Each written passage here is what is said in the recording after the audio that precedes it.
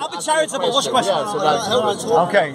My question is, why would you not debate Sam Shamoun live when you said you would do after Ramadan? After Ramadan, then you didn't. Oh, okay, I'll explain why. Because, I'll be honest with you, there's an adage, right? If you wrestle with a pig in mud, you're just going to get muddy.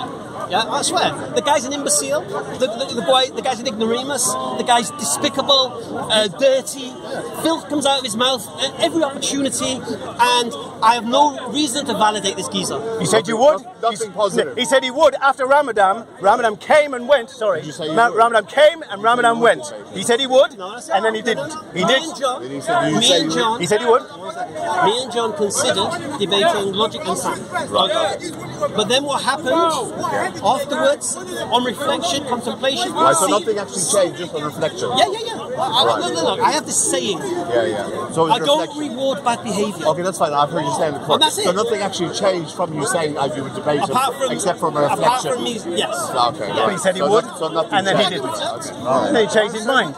Then he went against his word. So you changed your mind? But John We're talking about... did debate on How reliable is that? How's that on the topic of the Injil? How's that for authenticity? How's that for integrity? I wouldn't buy into your reasoning. Yeah, of course not. Of course not. I don't know. I'm not saying that. I don't know. He said, I'll debate you live after Ramadan. Does he not insult the Prophet in every other sentence? Hamza, No, does he not? Does he or not? If you've agreed something and then you've just changed your mind. Does he or not? That's the argument. Does he or not? He agreed. Okay, understand. He said he would. I'll make it easy. I agreed to debate Chris, from Speaker's Corner. Yeah, I know, yeah. And then he starts mouthing off online and all that. Well, you know what, forget you. Okay, then I agreed to debate Bob. So this is about your ego. I don't know if you realise what you're saying is ego. Nothing's ego. I don't reward bad behaviour. I don't reward bad behaviour. Okay. And I've heard you say that. I repeat this consistently, and I am consistent with it, right? I was going to debate Bob on this. So you both had an answer today on... You both had your questions answered. What was his answer? What was his answer? He said he does. What was his answer? What was his answer? What was his answer? Yeah, manhandling. What was his answer? What was his answer? What was his answer? You said I had an answer. What was his answer? Hold on. Yeah, you can't remember. He said he trusts God. It's all recorded. My answer's recorded. My answer's recorded. Yeah, I just said that. I trust God. There's many books in the New Testament.